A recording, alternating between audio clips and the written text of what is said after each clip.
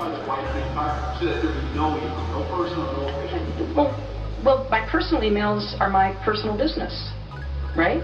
So we went through a painstaking process and turned over 55,000 pages of anything we thought could be work-related. Under the law, that decision is made by the official. I was the official. I made those decisions.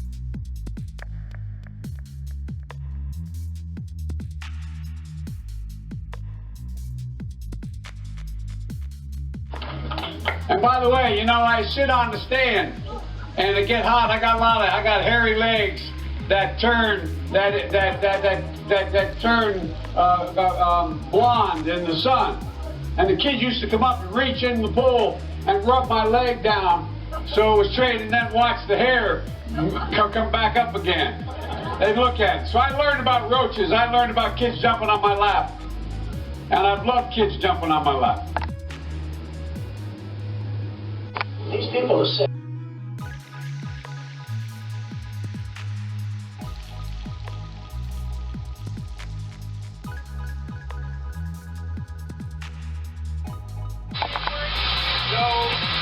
Democrats, the radical left Democrats, the do-nothing Democrats, decided when I'm going to NATO, this was set up a year ago, that when I'm going to NATO, that was the exact time. This is one of the most important journeys that we make as president. And for them to be doing this and saying this and putting an impeachment on the table, which is a hoax to start off with. If you notice, there was breaking news today. The Ukrainian president came out and said very strongly that President Trump did absolutely nothing wrong. That should be case over. But he just came out a little while ago and he said President Trump did absolutely nothing wrong, and that should end everything. But it will never end it because they want to do what they want to do. They're getting killed in their own district. I think it's going to be a tremendous boon for the Republicans. Republicans have never, ever been so committed as they are right now and so united. So it's really a great thing in some ways, but in other ways, it's a disgrace. It's a disgrace for our country. I love going to Afghanistan. It was a great meeting with, as you know, we had some very good meetings with a lot of people, including Ghani, you know that, right? And it was terrific. It was a great meeting with him. But my trip to Afghanistan was very successful. Now we're going to London and it's the NATO, and we're meeting with a lot of countries, and they're going to have to do a little more burden sharing.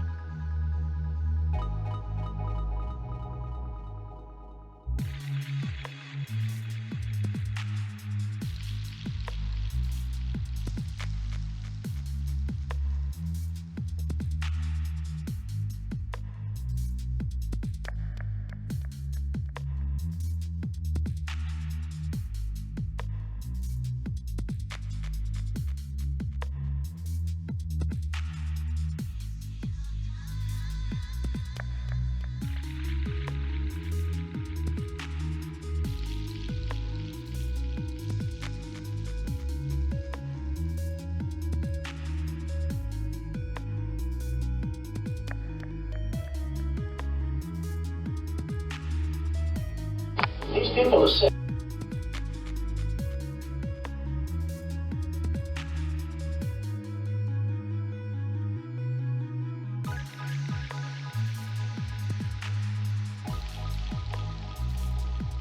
Album sheet and election.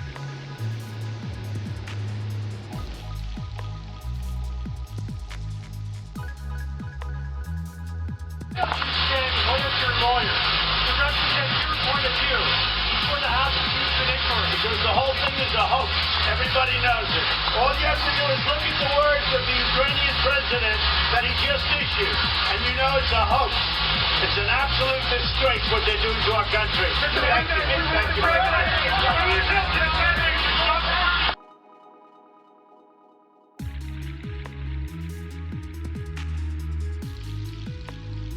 All right, so today, 337 days till you, we, the people, we get to make the final decision. This election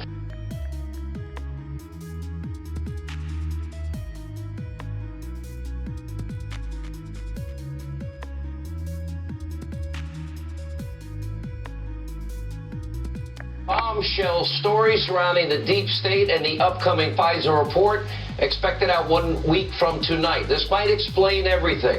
Remember, we were supposed to be getting the FISA report in May, June, July, August, et cetera, et cetera, et cetera. Remember, AG Barr said he expected he would get this report in May. If the report we're learning about tonight is true, we might now have an explanation for the entire holdup. Look at this. The Washington Post is reporting that the Attorney General, Bill Barr, has expressed disagreement with a key finding in the upcoming Inspector General report surrounding the origins of the Russia probe. First, that's a good thing because, remember, that is what the Durham investigation is all about. Well, at least the beginnings of that, but that has also now become officially a criminal probe that has expanded into all things FISA and other things. And apparently, according to my sources tonight, that while the IG will confirm a ton of damning information, devastating information on the DOJ, the FBI, the FISA applications, apparently there has been some disagreement, a little unwillingness of the Obama-appointed Inspector General to take the needed steps to say 1 and 1 equals 2. Well, in other words, to bluntly say what it is. And by the way, and behind the scenes, I am told there has been a brutal back and forth. You can add simple math, right? Apparently that line has been used numerous times. The Attorney General reportedly believes there was not sufficient basis, and this is where the Durham report comes in, to open an investigation into the Trump campaign in 2016. Horowitz allegedly expected to deliver a much different finding on that, although that was not his early mandate. His mandate was to look into FISA abuse. Now, this would explain the delay after delay after delay, and also the recent leaking that has been going on, which has been rampant. Now, assuming this is true, if the Obama-appointed Horowitz doesn't conclude on the basic issues, which we all know to be established fact, premeditated fraud on the FISA court repeatedly, that at the end of the day, the AG is signaling that the Durham report is where all the action will be on everything. Now, we do need to remember a couple of important facts here. Remember, the Inspector General has no power to convene a grand jury, has no power to bring indictments, has no power to bring charges. Durham does have all of that power. And remember, this is now officially a criminal investigation that has expanded into many of the issues that will be in next week's report. And again, I hear it's very damning just reading the facts. Also, another important thing to remember, Horowitz already concluded both McCabe and Comey lied, that they lacked candor.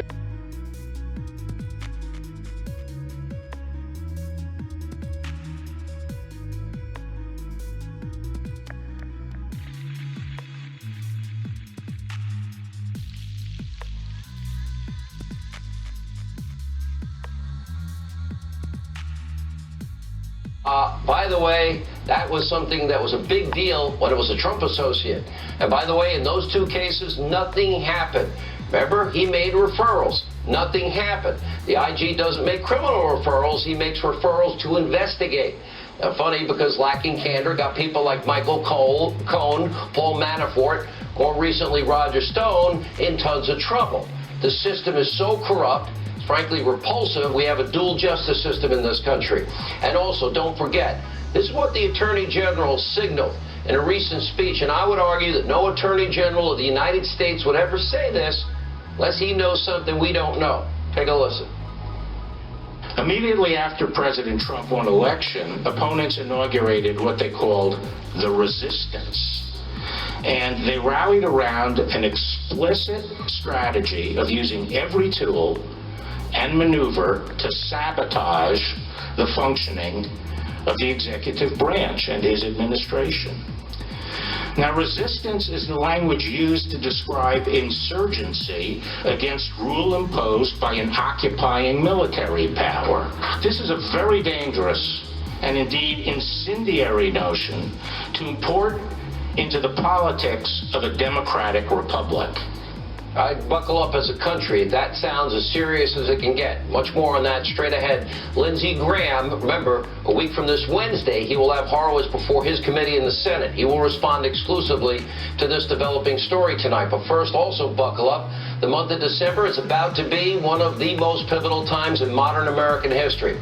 Look at this. As we speak, House Democrats They've been on this quest for 3 years, racing against the clock because they want to wrap up their half-assed impeachment Ukrainian coup attempt charade by Christmas. And meanwhile, many current and former deep state bureaucrats, they're anxiously awaiting the findings from a real investigation into corruption and the very real abuse of power. The Horowitz FISA report will be made public 1 week from tonight. And now all of a sudden, a softball interview appears at the Daily Beast. They love me at that paper. The once disgraced former FBI attorney, Lisa Page, come out of the shadows to paint herself as an innocent victim. She's just trying to fight back against the president's unfounded attacks. Let me educate the so-called journalists and the mob and the media. Lisa Page is neither innocent nor a victim. She carried out what was a lengthy affair with the top investigator at the FBI named Peter Strzok. Their personal business is their business, but the two of them inserted their rampant political bias, yes, into highly sensitive, top-notch investigations, including the probe into Hillary Clinton's secret server. The way, if you want real obstruction, that would be the bleach bit, the deleted subpoenaed emails, etc. And again, the collusion on the campaign against Trump, the dossier. Remember, they were using their work phones, and why Robert Mueller didn't demand that they be handed over and we do a search of all of it is to anybody's understanding. But anyway, her and Strzok, they were obsessing about their hatred for all things Donald Trump. Remember the spring of 2016, Page texting that Trump was a loathsome human being, referring to him as a giant bleep. Well, Peter Strzok agreed, texting Trump's an idiot. Hillary Clinton should win 100 million to 0. Smelly Walmart Trump supporters. Over the course of thousands of texts, the unhinged, FBI so-called agents bonding over their compulsive hatred for Donald Trump, their plot to stop him from first ever becoming president. And on August 8th, only 8 days after Jim Comey opened his counterintelligence investigation against the Trump campaign, after I would argue that they gave Hillary considerations that no American would ever get, Lisa Page sent this desperate text to her best friend, her BFF lover. Trump's not ever going to become president, right? Strzok text back, no, he's not. We will stop it. Just a few short days later, Strzok telling Page, I want to believe the path that you threw out for consideration in Andy's office, that there's no way he gets elected.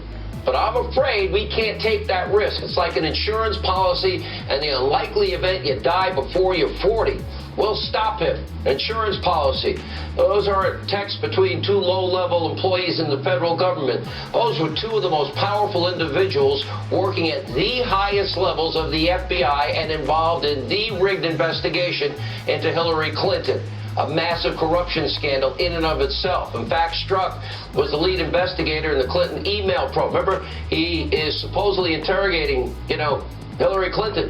But she gets to bring two other people that were involved in the case for support. Nobody else is given that kind of consideration. And by the way, remember, they changed the words, to not be the legal standard. Anyway, and also he was leading the counter-intel investigation, Operation Crossfire Hurricane, into the Trump campaign only days after they exonerated their favorite candidate that should win 100 million to 0. Lisa Page was the top FBI lawyer, close advisor to the deputy director of the FBI, Andrew McCabe. And in August of 2016, the pair was actively discussing ways to use those powerful positions to stop Donald Trump, upend his presidency with their insurance policy at the ready in the unlikely event that Trump beat their favorite candidate, Hillary Clinton. These people are sick. And it was all done in an official capacity, using their work phones. Lisa Page is not a victim. She resigned in disgrace. Her lover, Peter Strzok, fired by the FBI, along with all these other guys, fired, resigning, demoted. And Mueller's former pit bull, Andrew Weissmann. Long history of locking up innocent people, prosecutorial abuse, hiding exculpatory evidence. You want the proof? Read Sidney Powell's book, License to Lie. He's sticking up for his fellow Trump hater, saying she did nothing wrong. Wow, shocking. The deep state, they support each other. Lisa Page has done nothing wrong. She has a First Amendment right to speak, even as a federal employee. And so it's really such a fiction to think that jurors, judges, federal employees don't have political views. The issue is whether they act on them. People act on principle all the time. Jurors do it, judges do it, federal prosecutors do it. And it's simply not the case to think that personal views are going to affect what a prosecutor does. Pretty amazing. He works at MSDNC, the conspiracy theory channel. Amazing how Weissman has suddenly turned into the great defender of civil liberties after leading a baseless, witch hunt into President Trump. As you can see clearly, the deep state is in panic mode ahead of not only the FISA report, but the Durham criminal investigation. And it now all begins to make sense.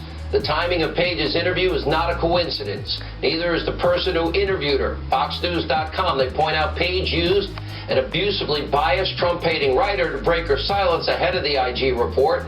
No softball interview is going to ever cover up the sordid actions, the revealing political bias in her text with Peter Strzok. And as Sarah Carter put it, her actions, damaged the FBI and damaged this country. Here with more, Fox News investigative reporter Sarah Carter. Okay, I want you to comment on this, but we just have this other breaking news, which explains a lot. Well, first of all, Durham was appointed, this is important for everybody to know, for the purpose of looking into the origins of the Russia witch hunt. So that's separate and apart from what Horowitz's mandate was, so whatever the disagreement on that doesn't matter that much to me. Premeditated fraud on the FISA court, though, the evidence is incontrovertible at this point. Absolutely, Sean. And what people have to realize is that Durham has had so much more leeway. He has a much wider scope than Horowitz had. This is why he's been traveling overseas. He traveled to Italy to speak with Italian intelligence officials, as well as to London. He has a much wider scope. He's able to subpoena more documents. He's able to subpoena people to come in and testify, and he's able to impanel a grand jury. So obviously, John Durham has found something that is so significant that it shifted from an administrative review to an actual criminal probe. This is what's so important here. Horowitz is going to have a devastating report.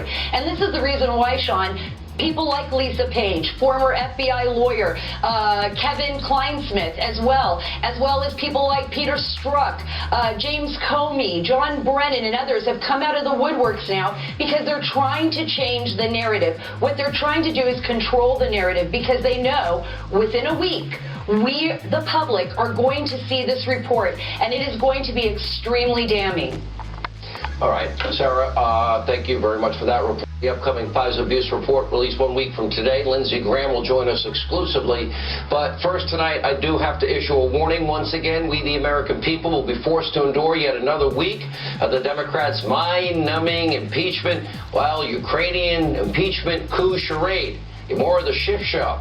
What has to be one of the worst relay races ever, that corrupt, compromised, congenital liar Schiff just passed the baton. The circus now goes into Judiciary Chairman Jerry Nadler's, realm, if you will, and he's sprinting to get this across the finish line before Christmas. It's a sight for sore eyes, total sham, a blatant political stunt. But case in point, the first official impeachment proceeding scheduled, while the president is overseas. He won't even be in the country to defend himself. In a scathing beat down the White House counsel, Pat Cipollone, telling Democrats, you scheduled this initial hearing, no doubt purposely during the time that you know the president will be out of the country attending the NATO leaders meeting in London. Cipollone continued, as you know, this baseless and highly partisan inquiry violates all past historical precedent. Fact. Basic due process rights, fact. Fundamental fairness, fact. We understand from rumors and press reports, though not from any notice provided in your letter or an official notice of the hearing, that the hearing will consist of an academic discussion of law professors. We understand this to mean that your initial hearing will include no fact witnesses at all. That's just like the Schiff show. We had opinion people, we had hearsay people, we had one fact witness that said, I don't want to quid pro quo. What do you want from Ukraine? Nothing at all. Okay, so we're going to get random left-wing academics lecturing all of us on the virtues of hating Trump and impeachment.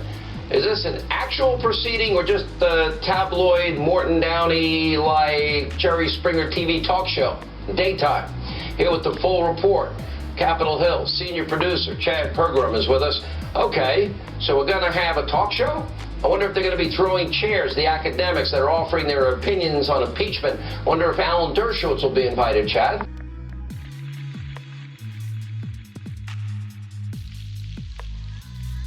Well, Sean, impeachment is getting real on Capitol Hill. Just tonight, the Intelligence Committee Democrats completed their version of the impeachment report. Impeachment falls under the jurisdiction of the Judiciary Committee. This report could serve as the basis to write articles of impeachment. Now, members can review the report now, but the committee won't publish the report until about this time tomorrow night. Republicans aren't buying the Democratic report. Republicans preemptively published a pre-buttal today. Republicans argue that November's hearings produced no evidence of an impeachable offense. Republicans contend that Democrats base their allegations on hearsay and speculation. Now, the House Intelligence Committee Chairman Adam Schiff, he shot back that the GOP report was intended for an audience of one and ignores what he termed voluminous evidence of alleged misdeeds. The Judiciary Committee impeachment hearing is Wednesday. The White House says it will not participate. But today I asked a senior administration source if officials may try to work out an in-between or half measure. I was told, stay tuned. Republicans want Schiff to testify at the hearing, but instead the hearing features 4 law professors. Now, it's unclear when Democrats could actually try to impeach the president. Democrats just today announced the House will remain in session almost until Christmas. The House voted to impeach President Clinton on the Saturday before Christmas in 1998. But do Democrats have the votes for impeachment? House Speaker Nancy Pelosi is a master at reading her caucus. If Pelosi has the votes, she'll move to impeach. If she doesn't, impeachment could wait until the new year.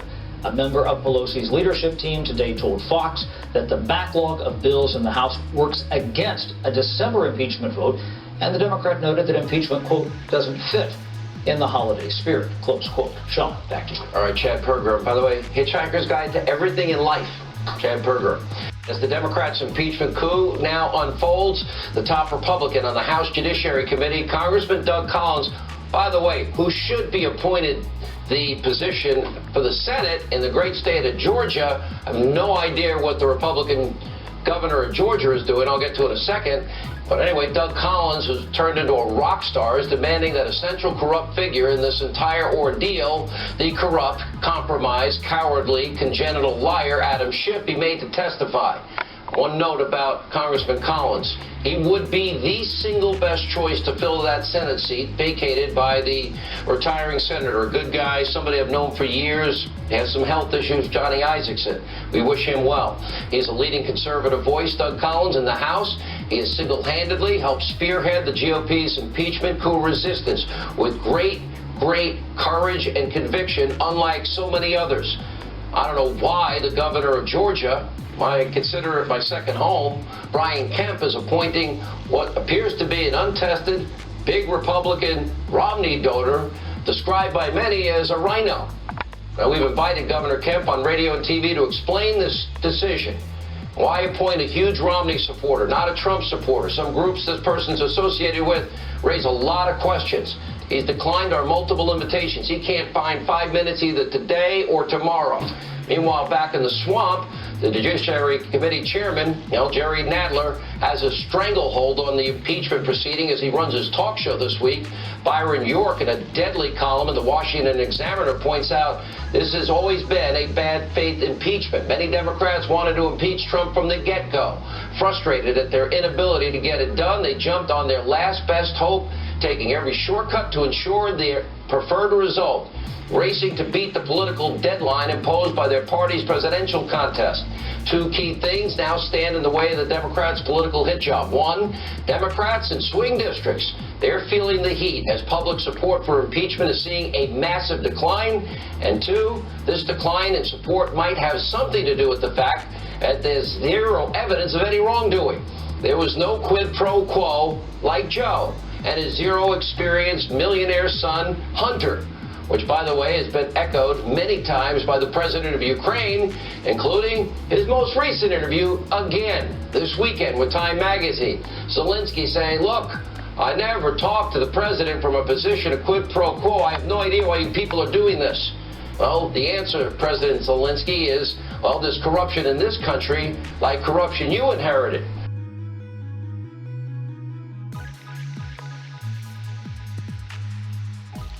Okay? Look at what 1998 was like. Let's listen to Congressman Jerry Nadler railing against impeachment. You might remember this. Same guy, 1998. It does not earn the confidence of the American people, then any action we take, especially if we seek to overturn the result of a free election, will be viewed with great suspicion and could divide a nation for years to come. We do not need a decade of candidates running for office accusing each other of railroading a democratically elected president out of office or participating in a thinly veiled coup d'etat. And one of the reasons we all feel so angry about what they are doing is that they are ripping from us, they are ripping asunder our votes. They are telling us that our votes don't count. There must never be a narrowly voted impeachment or an impeachment substantially supported by one of our major political parties and largely opposed by the other. The American people have heard the allegations against the president, and they overwhelmingly oppose impeaching him. They elected President Clinton. They still support him. We have no right to overturn the considered judgment of the American people. This partisan coup d'etat will go down in infamy in the history of this nation. That was 1998, Jerry Nadler. 2019, Jerry Nadler is now chairing the committee to impeach the president along party lines based on no evidence. I have a lot more, by the way, on our breaking news. This is huge. The battle between Barr and the Inspector General on the origins of the Russia witch hunt. Well, Senator Lindsey Graham joining us. First joining us.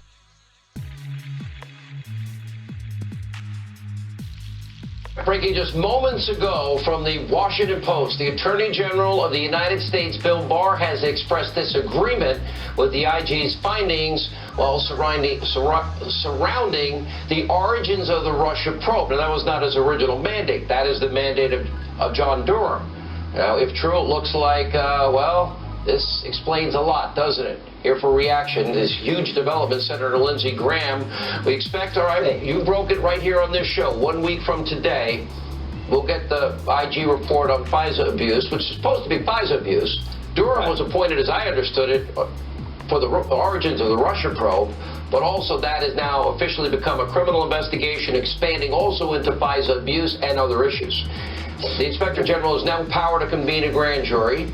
He has no power. Well, I mean, for example, he pointed out McCabe and Comey lacked candor, so nothing happened as a result of that. But here's what I want to ask you. Is it not incontrovertible that there were multiple warnings to the FBI and DOJ not to use the Clinton bought and paid for Russian dossier, that it was unverifiable, and that there was a bias of Christopher Steele? And a memo called the Grassley-Graham memo said the bulk of information for those applications was, in fact, the unverified dossier. Isn't that now established fact in this case? I believe it to be so, but Horowitz, we'll see what he says. But the first thing I want to say is be wary of the Washington Post and New York Times reporting on what's coming up with Horowitz. They've been trying overtime to spin this thing, to diminish its effect, to downplay it. I can tell you without any hesitation, Attorney General Barr has every confidence in the world in Mr. Horowitz. He believes he's done a good job, a professional job, and he appreciates the work and the effort he's put in to disclosing abuse at the Department of Justice. Now, here's what I do know. In December 2017, Sean, McCabe testified in the House, according to the House Intel memo, that without the Steele dossier, there would have been no warrant issued. So what I'm going to ask Mr. Horowitz, do you agree with that? Without the dossier, there'd be no warrant. Is the dossier reliable to this day? Did they know that Steele had a bias? Did they ignore it? When did they first try to verify it? Before they got the warrant or after? And here's what I think we're going to find, that they pulled a fast one on the FISA court, quite frankly, misled and defrauded the FISA court. I think that's what you're going to find. We choose truth over facts. Okay, so you'll have him in your committee 1 week from this Wednesday. We get the report 1 week from tonight. I want to be very clear, though. I think some of this would explain the delay aspects of all of this. One, but I've been told clearly the facts are devastating. As he lays out the facts. Now, he may not make the conclusions, but that wouldn't be his purview anyway. Number one, I have every confidence that he's going to be fair to everybody, the people investigating and the public and the Trump campaign and all of us. But here's the point. If there would have been no warrant without the dossier, the question for me and everybody else is, well, how reliable is the dossier? Did they know it was unreliable? When did they first try to verify it? Before the warrant or after the warrant? Were they warned that Christopher Steele was out to get Trump? Did they ignore those warnings? If all of that proves to be true, it's devastating. Every American should be concerned, and the FISA court should do something about it. And if they accept this as okay behavior, then maybe we should get rid of the FISA court. Okay, agreed. And by the way, I would hate to see that, actually. Because there's a lot of evil in the world, and you know what? There's evil, I don't care if it's abroad or domestic. We have enemies domestic and foreign. We got to get to the bottom of this. My major concern in all of this is Horowitz already referred, for further investigation, McCabe and Comey for lying. Didn't Michael Cohen, Paul Manafort, recently Roger Stone run into issues involving lack of candor that led to guilty admissions, convictions? Yeah, so he referred people for prosecution. Comey, they decided not to prosecute based on what the Clinton email investigation. I trust Barr to be fair too. So I don't know what's in the report, but here's what I do believe. If there was a counterintelligence investigation of the Trump campaign, and there was credible evidence to open the investigation, why did they not tell Trump?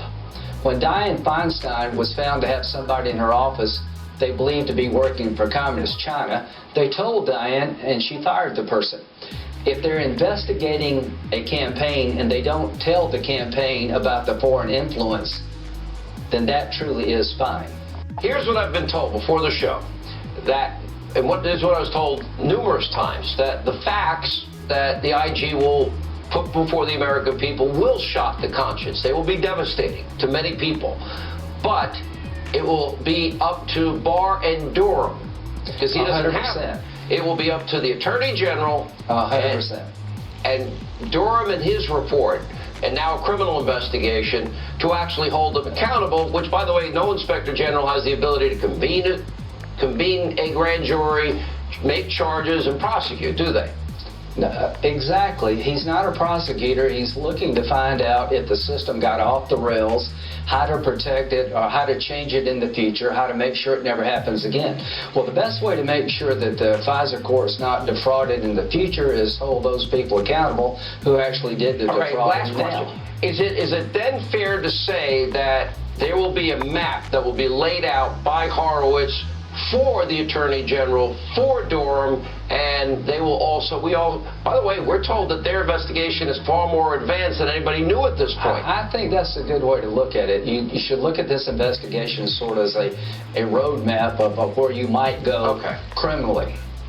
Well, whatever differences there are, I guess the person that decides would be the Attorney General, will be Mr. Durham. I just want to end with this one thought. If they're investigating my campaign, and they think somebody on my campaign is influenced by a foreign government, and they don't tell me, and they keep spying on my campaign, I would be really pissed. Every politician in America should be worried about this. If in fact they opened up a counterintelligence investigation of the Trump campaign and they never told him about it, then that truly is spying, and every politician in America should be worried. A counterintelligence investigation has to start with the president. That president would have been Obama. We're not done. This is just the beginning. The mystery begins to unfold. Finally, Monday. I hope it's not delayed again. Senator, thank you. We appreciate your time.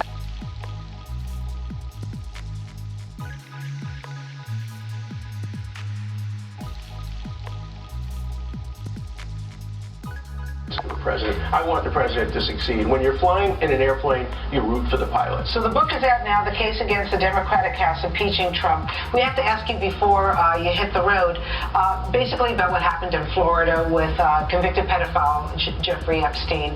I know that you were his attorney. I was his attorney during the time that he was being prosecuted. I have no legal, I've not taken a fee from him in years and years and years.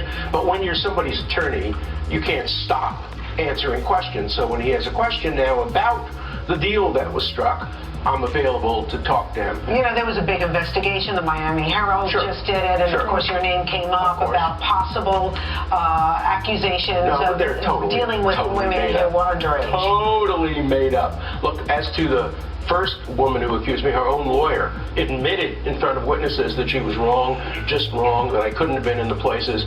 The second woman is a woman who wrote to the New York Post claiming she had videotapes of Hillary Clinton, Bill Clinton, Donald Trump having sex with underage girls. The New York Post said, we don't believe you. They wouldn't even publish her story, but she's one of the people. So, you know, these are all come from the same source, David Boies, the attorney who's furious at me because I filed bar charges, unethical bar charges against him, and he threatened me that unless I withdrew the bar charges, he would find somebody else to accuse me. I don't think anybody believes this, anybody takes this seriously. It's not like Me Too. Me Too, the men all knew the women. I never met these people. They're total strangers to me, and I'm looking for an opportunity. I'm looking for a trial. Let's have a hearing. There are emails are secret, but that prove not only that I was framed, but who framed me. It names names. These people are going to go to jail once these emails come out, because this was a total frame-up for financial reasons, and I can prove it and will prove it. Have me back on the show when the emails come out. Boy, will it be so interesting. There'll be prominent people in handcuffs. Prominent people in handcuffs. Once these emails come out. All right, Alan Dershowitz, always a pleasure to have you here.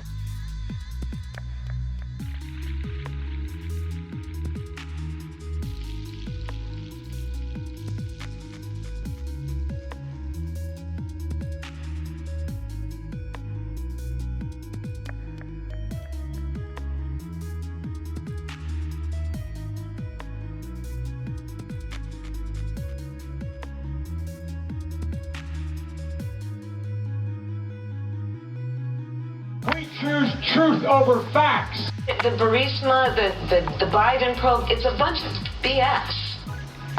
Cheap and election.